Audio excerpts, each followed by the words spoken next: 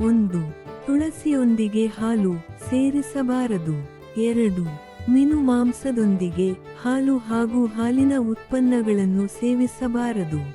3.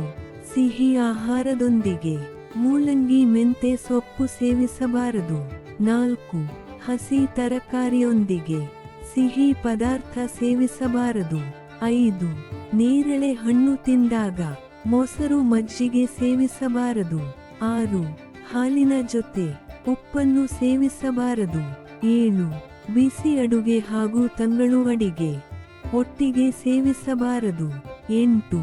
ಮೊಸರು ಮಜ್ಜಿಗೆ ಬೆಣ್ಣೆ ಪಂಚಲೋಹದ ಪಾತ್ರೆಯಲ್ಲಿಟ್ಟು ಸೇವಿಸಬಾರದು. 9. ಜೇನುತುಪ್ಪ ಹಾಗೂ ಹಸಿ ತರಕಾರಿ ಯಾವುದೇ ಕಾರಣಕ್ಕೂ ಸೇವಿಸಬಾರದು. 10. ಜೇನುತುಪ್ಪ ಹಾಗೂ ನಾಟಿ ಹಸುವಿನ ತುಪ್ಪ ಸಮವಾಗಿ ಒಮ್ಮೆಲೇ ಸೇವಿಸಬಾರದು. 11. ಸಿಹಿ ಆಹಾರದೊಂದಿಗೆ ಈರುಳ್ಳಿ ಸೇವಿಸಬಾರದು. 12. ಮೊಸರು ಮಜ್ಜಿಗೆ ಜೊತೆ ಬಾಳೆಹಣ್ಣು ಎಂದಿಗೂ ಸೇವಿಸಬಾರದು.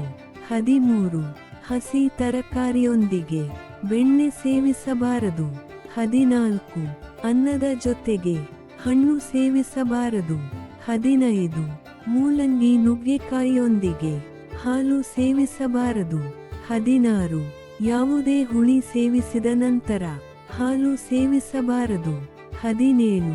ಮಜ್ಜಿಗೆ ಹಾಗೂ ಮೊಸರಿನ ಜೊತೆ ತುಪ್ಪ ಸೇವಿಸಬಾರದು.